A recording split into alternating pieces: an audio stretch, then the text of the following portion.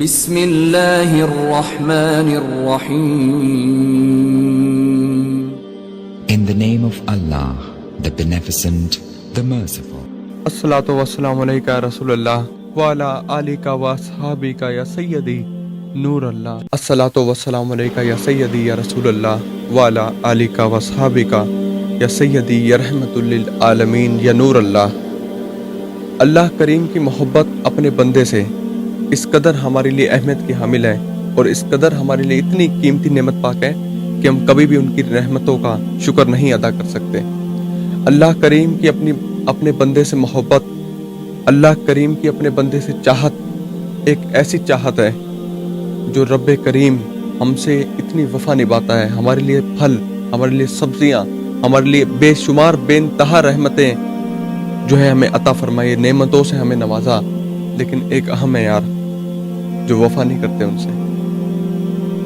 5 وقت کی نماز ہم سے نہیں پڑھی جاتی، سلام ہم سے نہیں پڑھا جاتا، قرآن ہم سے نہیں پڑھا جاتا، جھوٹ ہم بولتے ہیں، گناہ ہم کرتے ہیں، لیکن کبھی غور کیا اس کی محبت پہ کہ وہ تمہارا رزق بند نہیں کرتا، وہ سورج کو حکم نہیں کرتا کہ اس کے آنگن میں تو نے اپنی کرنیں نہیں بکھیرنی، وہ آکسیجن کو منع نہیں کرتا کہ تو نے اس کو سانس نہیں دینی.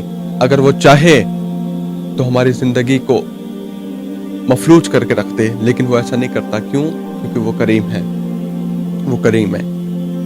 میرے بھائیوں، یہ کتابوں میں لکھا ہوا موجود ہے.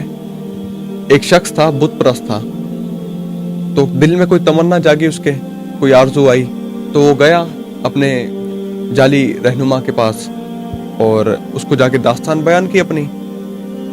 تو یہ لکھا ہوا موجود ہے کہ اس نے بتایا کہ بھائی جا اپنے بت کے سامنے بیٹھ اور بت سے مانگ.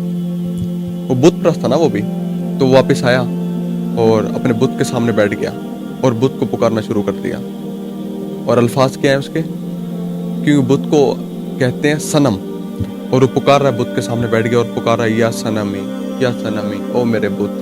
وہ پکار رہا ہے. اب ظاہر سی بات ہے، بندہ ہی ہے نا. سرگی کا وقت آیا جب دریائے رحمت جوش میں ہوتا ہے ہمارے اللہ کریم کا، اور اس کی جب رات کا ایک پہر آیا، خاص پہر آیا، اور اس کو جھٹکا لگا نیند کا. جب جھٹکا لگا نا تو اس کی زبان سے الفاظ ادا ہو گئے، یا سومدی، یا سومدی، اے بے نیاز، ہمارے اللہ کریم کا اسم، میرے رب کریم کا اسم. قُلُوا اللَّهُ احد اللہ الصمد. ہمارے رب کریم کا جب اسم اس کی زبان سے بیان ہوا، یا سومدی، تو لکھا ہوا موجود ہے، حدیث پاک کا مفہوم ملتا ہے کہ اللہ کریم نے 40 مرتبہ آگے سے فرمایا یا عبدی، یا عبدی، او میرے بندے، او میرے بندے. اور اتنی محبت، قربان جائیں ایسی محبت پہ.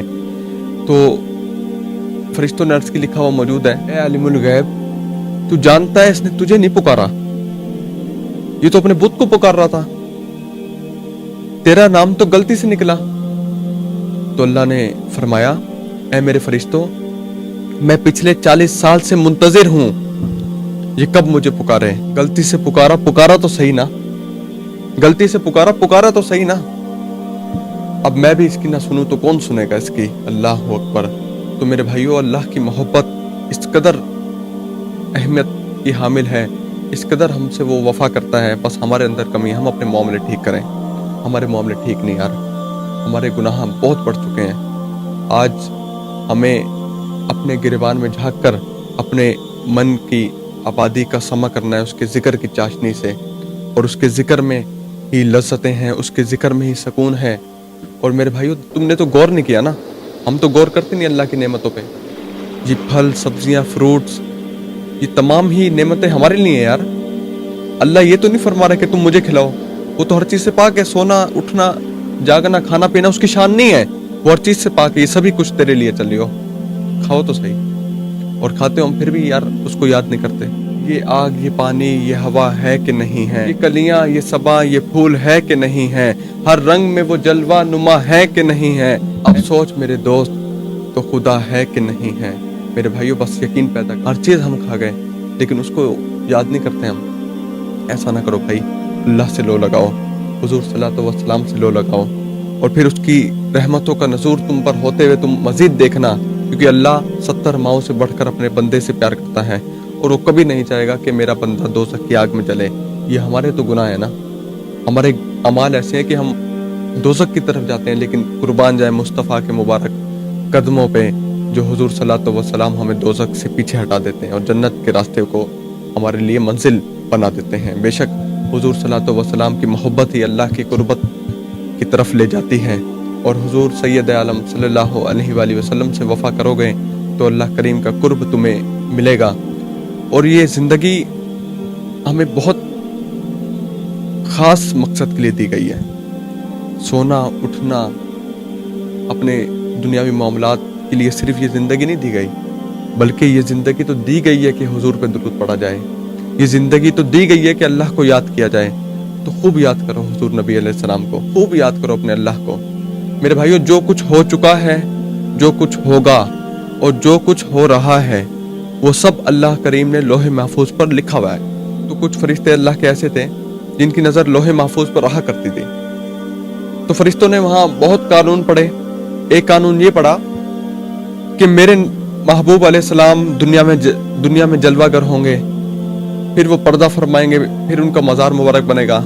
تو جب مزار بنے گا تو 70,000 فرشتوں کو میں صبح اور 70,000 فرشتوں کو میں شام کو حضور نبی علیہ السلام کی بارگاہ میں سلام پیش کرنے کے لیے بھیجا کروں گا، اور جو فرشتہ ایک بار جائے گا وہ اس کی قیامت تک باری نہیں آئے گی۔ اور جبکہ دوسرا قانون یہ لکھا ہوا ہے، جو حضرت انسان گناہ بھی کرے گا، جو غیبت بھی کرے گا، جس کی گندگی کا یہ عالم ہے کہ اس کی آنتوں میں پخانہ ہوگا، یہ بار بار جائے گا۔ اور فرشتہ جو ہر چیز سے پاک ہے، گندگی گناہوں سے پاک ہے، وہ صرف ایک بار جائے گا۔ تو یہ مفسرین نے لکھا ہے کہ فرشتوں نے ہاتھوں پر کالے رنگ کی پٹیاں باندھی اور حضرت جبریل علیہ السلام کی قیادت میں اللہ کی بارگاہ میں حاضر ہوئے۔ اللہ تو عالم الغیب ہے، وہ تو سب جاننے والا ہے، لیکن پھر بھی پوچھا وہ فرشتوں کیسے آنا ہوا؟ تو یہ کتابوں میں لکھا ہوا موجود ہے۔ فرشتوں نے عرض کی، اے اللہ، ہم نے لوح محفوظ پر یہ پڑھا ہے کہ جب تیرے محبوب علیہ السلام دنیا میں جلوہ گر ہوں گے اور پھر ان کا مزار مبارک بنے گا، تو تب دنیا میں جلوہ گر ہوں گے، پھر وہ پردہ فرمائیں گے، اور جب ان کا مزار بنے گا تو 70,000 فرشتوں کو تو صبح اور 70,000 فرشتوں کو تو شام بھیجا کرے گا سلام پیش کرنے کے لیے، اور جو ایک بار جائے گا اس کی دوبارہ باری نہیں آئے گی۔ اور یا اللہ، جبکہ دوسرا قانون یہ لکھا ہے، جو حضرت انسان گناہ بھی کرے گا، جو غیبت بھی کرے گا، جس کی گندگی کا عالم ہے، یہ بار بار جائے گا اور ہم صرف ایک بار۔ تو یہ لکھا ہوا موجود ہے۔ میرے اللہ نے فرمایا، فرشتوں یہ قانون تو نہیں بدلوں گا۔ تو یار فرشتوں نے عرض کی، یا اللہ، پھر تیرے محبوب کے بنا ہمارا گزارا کیسے ہوگا؟ ایسے الفاظ پہ قربان جائے، فرشتوں نے عرض کی، یا اللہ، پھر تیرے محبوب کے بنا ہمارا گزارا کیسے ہوگا؟ تو یار یہ لکھا ہوا موجود ہے۔ میرے اللہ نے فرمایا، فرشتوں یہ قانون تو نہیں بدلوں گا، ہاں جہاں کہیں بھی میرے محبوب کے تذکروں کی محفل ہوا کرے تم وہیں چلے جانا، تمہیں وہی والا مزہ آئے گا۔ اللہ اکبر۔ یار اتنے ہم یہاں نہیں بیٹھے جتنے وہ آئے بیٹھے ہیں، تو کیا کہیں گے، یار یہ تو درود نہیں پڑھتے؟ نہیں، درود پڑھو اور دل کھول کے پڑھو۔ ہمارا دنیا میں آنے کا مقصد ہی درود پڑھنا ہے، ہمارا دنیا میں آنے کا مقصد ہی اللہ کریم کو یاد کرنا ہے۔ نہ جیسے حضرت، اور پھر یہی لکھا تھا نا اعلیٰ حضرت نے، آپ فرماتے ہیں، جو نہ بھولے ہم غریبوں کو رضا، ذکر ان کا اپنی عادت کیجئے۔ حضور نبی علیہ السلام جب دنیا میں جلوہ گر ہوئے، پھر امت، دنیا میں رہے پھر امت، اور اب اس جہاں میں بھی موجود ہیں تو اس جہاں میں بھی موجود ہیں، تب بھی امت۔ تو پھر کسی نے کیا خوبی لکھا تھا نا، جو نہ بھولے ہم غریبوں کو رضا، ذکر ان کا اپنی عادت کیجئے۔ اور یار حضور صلی اللہ علیہ وآلہ وسلم تو ہمیں کبھی نہیں بھولے، ہر وقت اپنی امت کو یاد کیا، جب کبھی کرم کا موقع آیا پھر امت۔ اور یار حضرت صفیہ جو حضور کی پھوپھی ہیں، وہ فرماتی ہیں، جب حضور نبی علیہ السلام اس دنیا میں جلوہ گر ہوئے تو حضرت صفیہ فرماتی ہیں، میں دوڑ کے قریب ہوئی کہ یہ آیا کون ہے جس نے آتے ہی سر سجدے میں رکھ دیا۔ ایک دن کی عمر میں کوئی بچہ سجدہ نہیں کر سکتا، لیکن میرے رسول کریم صلی اللہ علیہ وآلہ وسلم نے آتے ہی سر سجدے میں رکھ دیا۔ حضرت صفیہ فرماتی ہے، میں دوڑ کے قریب ہوئی تو یہ آواز آ رہی تھی، رب حبلی امتی، رب حبلی امتی، یار جو نہ بھولے ہم غریبوں کو رضا، ذکر ان کا اپنی عادت کیجئے۔ اس دنیا میں آئے تو امت، دنیا میں رہے تو امت، جہاں بھی موجود ہیں تو وہاں بھی موجود ہیں، پھر امت۔ تو میرے بھائیوں، حضور نبی علیہ السلام کو یاد کرو، حضور صلی اللہ علیہ وآلہ وسلم سے اپنے معاملات کو ڈسکس کرو، راتوں کی تنہائیوں میں بیٹھ جاؤ اور حضور نبی علیہ السلام کی بارگاہ میں اپنی دعائیں پیش کرو، اللہ کی بارگاہ میں دعائیں پیش کرو، اپنے نبی سے اپنے دکھ بانٹو۔ اور میرے نبی تو وہ ہیں جو غریبوں، جو امیروں، جو ہر طبقے کو بے انتہا اہمیت دیتے ہیں۔ ان کی نظر میں کوئی امیر کوئی غریب نہیں، بلکہ سبھی جو کلمہ پڑھ چکے ہیں وہ ان کے محبوب امتی ہیں میرے بھائیوں۔ تو حضور نبی علیہ السلام ہمیں کبھی تنہا نہیں چھوڑیں گے، اور حضور صلی اللہ علیہ وآلہ وسلم کی محبت میں ہی رب اپنے فضل سے، اپنے کرم سے ہمیں جنت میں جگہ عطا فرمائے گا انشاءاللہ۔ بس اپنے معاملات کو ٹھیک کریں، اپنے جو ہے دنیاوی معاملات کو مختص کریں۔ اللہ نے ہمیں بہت خوبصورت زندگی عطا کی ہے، یہ